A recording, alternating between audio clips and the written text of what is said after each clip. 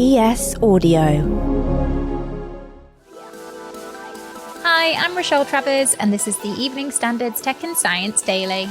Coming up, Amazon Alexa's voice gets a makeover. Now, let's get into it. A report is alleging that test monkeys for Elon Musk's company Neuralink died due to complications from brain chip implant procedures, contrary to claims previously made by the multi-billionaire. Neuralink has been developing chips to be implanted into the skull, saying that such an interface could potentially help restore vision in the blind and allow paralysed people to walk again. Public documents obtained by the Physicians Committee for Responsible Medicine and seen by the online publication Wired indicate that 12 primate subjects were euthanized after suffering various complications, including bloody diarrhea, partial paralysis, and cerebral edema. The claims come after Neuralink announced on Tuesday it was starting in-human trials for people with quadriplegia. Tech and Science Daily approached Neuralink for a response to the report, but at the time of publishing this episode, they have not yet replied to the request. A mission to find shipwrecks lost during the evacuation of Allied troops from Dunkirk has been launched. They were being fired on by German artillery from the coast. They were being bombed from the air, multiple waves of air attacks.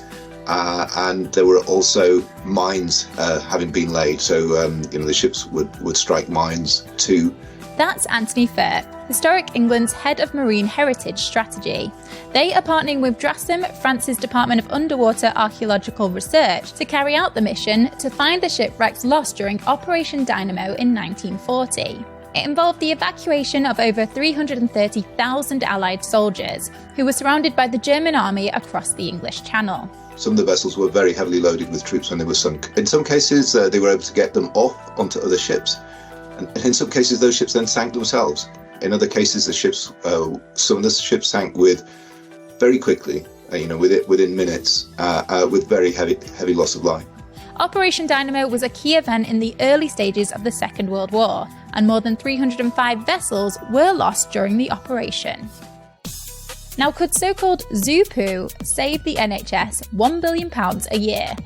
Well, a group of scientists think so. They say that viruses found in the poo of endangered animals could be used to treat diabetic foot ulcers. The ultimate plan is to collect lots of these viruses that attack the bacteria that infect people and try and cure their diabetic foot ulcers and possibly even other infections that are antibiotic resistant in the future. That's research leader Professor Graham Stafford from the University of Sheffield, speaking at Yorkshire Wildlife Park. The team say that naturally occurring viruses in the poo, known as bacteriophage or phages, could be included in dressings applied to untreatable ulcers with further research. There are thousands of different types of phages which selectively target and kill bacteria, even in instances when antibiotics do not work. Another reason is to do conservation is that there are probably unknown cures and things in the world that we can get from these animals.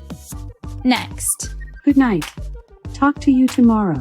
Amazon is introducing new AI updates for Alexa and its smart home platform, in what appears to be an attempt to keep up with its rivals. Among the announcements made at the company's annual product launch in Virginia in the US on Wednesday was an update to its Alexa voice assistant with generative artificial intelligence, meaning it's goodbye to Alexa's robotic tone after nearly a decade since its launch. Showcasing some of the new updates, a pre-recorded video revealed how it will be able to give a breakdown of an American football game, give ideas for a date night, as well as compose and recite poems. In other AI-related news, Google's Bard AI chatbot can now get into your email and other Google services. The tool has been linked with the tech giant's other platforms such as Gmail, Maps, and YouTube, so that it can provide richer and more useful responses to queries.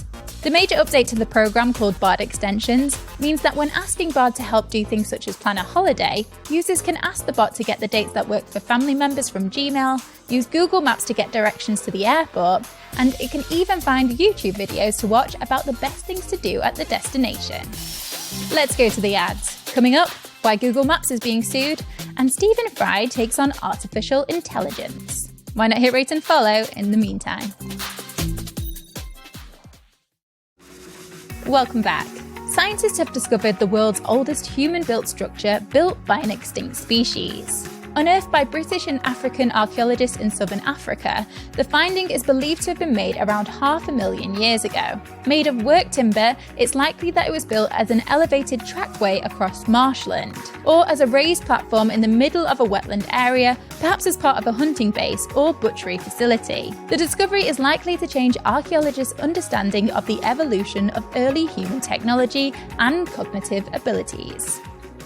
Google is being sued after a man drove off a collapsed bridge while following Google Maps directions. The family of the North Carolina man is claiming the tech company had been informed of the collapse but failed to update its navigation system, so they are suing for negligence. The man died in September 2022 whilst driving home from his daughter's birthday party through an unfamiliar neighbourhood, when Google Maps allegedly directed him to cross a bridge that had collapsed 9 years earlier and was never repaired. A spokesperson for Google is yet to comment publicly on the lawsuit. And finally, the much-loved actor and presenter Stephen Fry has issued a warning about the potential dangers of artificial intelligence, after claiming that a history documentary faked his voice without his knowledge. Speaking at the tech-based CogX Festival in London, the star played a clip of a programme, seemingly narrated by him, before confirming that it was actually the result of digital cloning.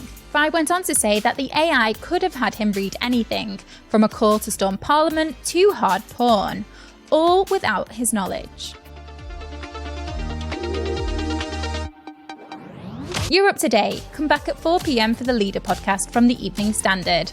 We'll be back tomorrow at 1 p.m. See you then.